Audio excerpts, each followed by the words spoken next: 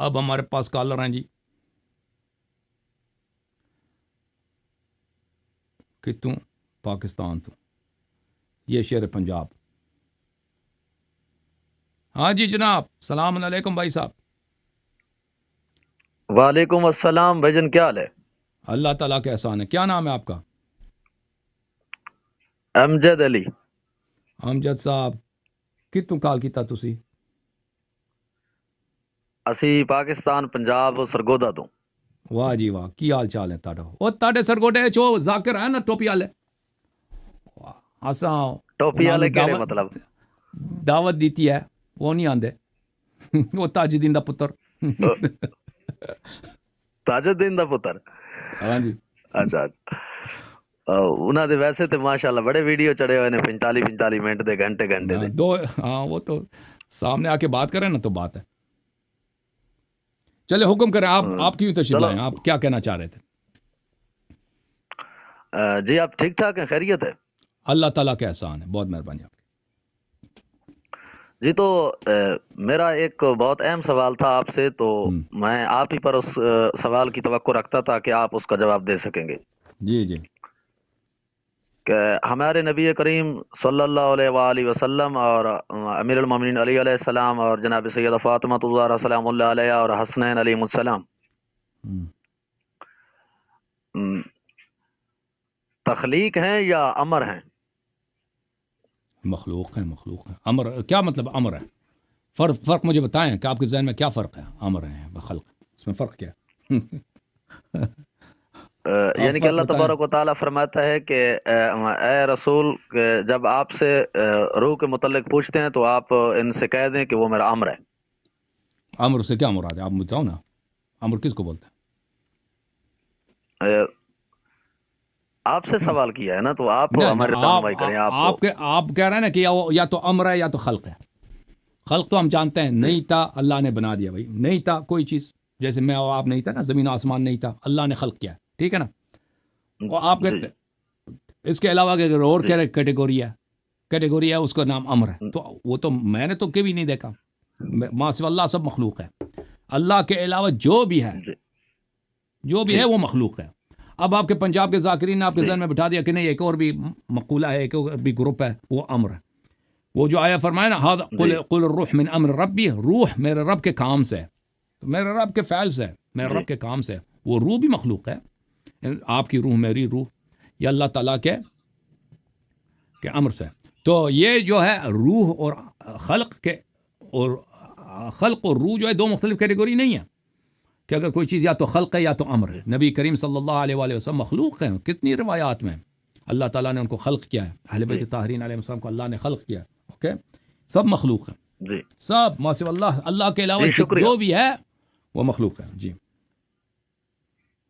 جی شکریہ، آپ نے رہنمائی کر دی. دوسرا، یہ ایک آیت ہے سورہ المبارکہ اعراف کی 157. بسم اللہ الرحمن الرحیم، فالذین آمنوا بہ وعزرہ وناصرہ فاتبعوا النور الذی انزل معہ اولئک هم المفلحون. تو اس میں سے کیا مراد ہے اور اس کا شان نزول کیا آیا؟ کیا دوبارہ پڑھیے. یہ آیا ہے سورہ المبارکہ اعراف کی 157. بسم اللہ الرحمن الرحیم، فالذین آمنوا بہ وعزرہ وناصرہ فاتبعوا النور الذی انزل معہ اولئک هم المفلحون. آپ پڑھیں نا، آپ پڑھیں. آپ استدلال کیا کرنا چاہتے ہیں؟ اس کا اس میں نور سے کیا مراد ہے اور اس کا شان نزول بیان فرمائیں. استدلال نہیں ہے، آپ دیکھیں بھائی، وہ دیکھنا پڑے گا. میں آپ کی خدمت میں عرض کروں روح کے متعلق اور اہل بیت علیہ السلام کی خلقت کے متعلق. دیکھیں آپ ہمارے موضوع سے دور گئے ہیں. یہ کتاب ہے الاصول من الکافی، چھاپ دار الکتب العلمیہ، مولد نبی صلی اللہ علیہ وسلم کے باب میں بلی کہ یہاں پر ہے کہ امام جعفر صادق علیہ الصلوۃ والسلام سے میں نے پوچھا، حسین ابن عبداللہ کہتے ہیں کیا رسول اللہ صلی اللہ علیہ وسلم سید ولد آدم تھے، بنی آدم کے سید و سالار رسول پاک صلی اللہ علیہ وسلم ہیں؟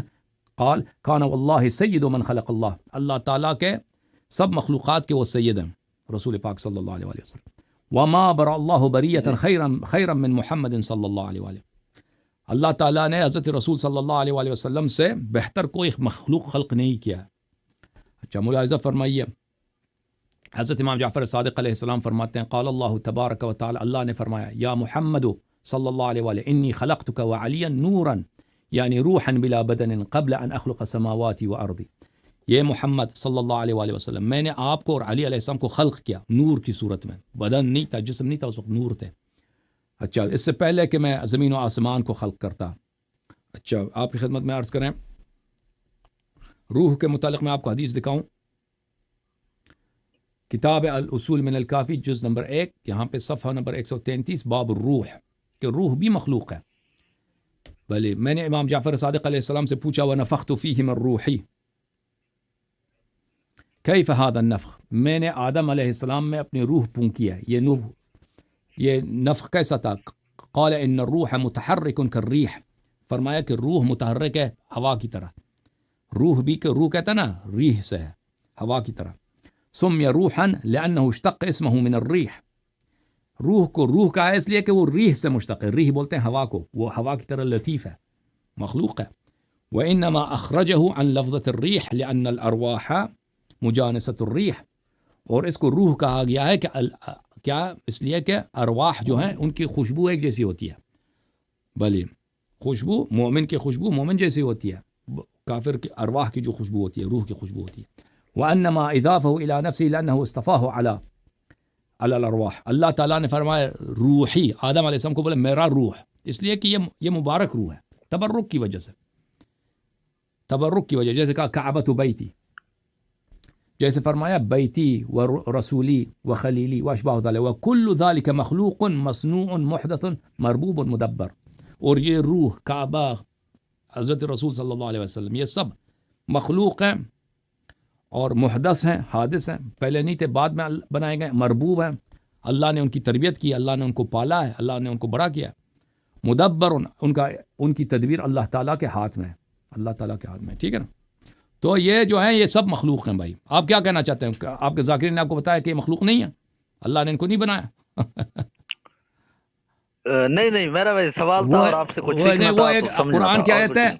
وہ قرآن کی آیت ہے الا لہ الخلق والامر، اللہ کے ہاتھ میں کمانڈ ہے اور اللہ کے ہاتھ میں کریشن ہے. اللہ کے ہاتھ میں کمانڈ ہے یعنی عالم کی تدبیر اللہ کے ہاتھ میں، اور اللہ کے ہاتھ میں خلقت ہے. تو صوفی حضرات اور فلاسفہ اس آیت کی تعویل یہ کرتے ہیں کہ عالم دو قسم کے ہیں، ایک عالم خلق ہے، ایک عالم امر ہے. عالم خلق جو ہے مادیات ہے، عالم امر مجردات کی عالم ہے. یہ ان کی بات، یہ اہل بیت علیہ السلام کی باتیں نہیں ہیں.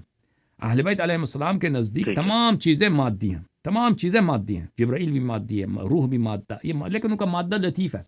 جنت بھی مادی ہے. یہ جو آپ کے جو صوفیہ حضرات ہیں یہ کہتے ہیں جنت کا وجود نہیں ہے. جنت کیا ہے؟ جنت بس یہ ارواح جو ہے نا انسان وہ عالم آخرت میں جاتا ہے، وہاں پہ اس کا درخت وغیرہ کچھ بھی نہیں ہے. یہ نہر جو ہے قرآن کہہ رہا ہے کہ وہاں پرندے ہوں گے، کباب ہوگا، شراب ہوگا، یہ کچھ بھی نہیں ہے. صرف آپ انسان مجرد وہاں پہ جائے گا یعنی روح بلا بدن، اور وہاں پہ تصور کرے گا اپنے اچھے اعمال کا، اس کو مزہ آئے گا اس سے. وہ بالکل وہ آخرت کے منکر ہیں آپ کے صوفی حضرات، آپ کے فلاسفہ، یہ ابن سینا اور اللہ آپ کا بھلا کرے ملا صدرہ، یہ لوگ بڑے ملائین ہیں یہ لوگ، اور حوض علم قوم میں بڑے مجتہد ہیں، بڑے مجتہد ہیں. میں نے خود ایک بہت ہی بڑے فلسفے آدمی سے پوچھا تھا بھائی کہ آپ میعاد کے متعلق، میعاد جسمانی کے متعلق کیا کہتے ہیں؟ کہتا ہے عقل شاہد ہے کہ یہ باطل ہے. اللہ کی قسم اس کے نص الفاظ ہیں، وہ بڑا مشہور ہے فلسفہ پڑھانے میں. وہ کہتا ہے عقل اس بات پہ دلالت کرتا ہے کہ یہ باطل ہے. اچھا وہ اس طرح کی باتیں کرتے ہیں. اوکے چلیں اب دوسروں کو ٹائم دے دیں بھائی، دوسروں نے بڑے دیر سے انتظار کیا. اوکے یہ جو آیت کا شان نزول تو بتا دے جائے نا.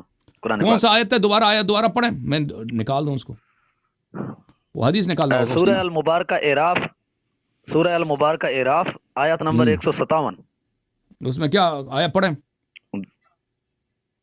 بسم اللہ الرحمن الرحیم فالذین آمنوا بہ وعزروہ وناصروہ جی واتبعوا النور الذی انزل معه اولئک هم المفلحون. جی اس کا شان چلو میں نزول اور اس میں نور سے کیا مراد ہے تھوڑی وضاحت کر دیں. وہ دیکھ کے بتاؤں گا. اوکے نور فی هذا الموضع امیر المؤمنین والائمہ علیہم السلام. تفسیر برہان میں ہے کہ نور سے مراد رسول امیر المؤمنین اور ائمہ اطہار علیہم السلام مراد. اوکے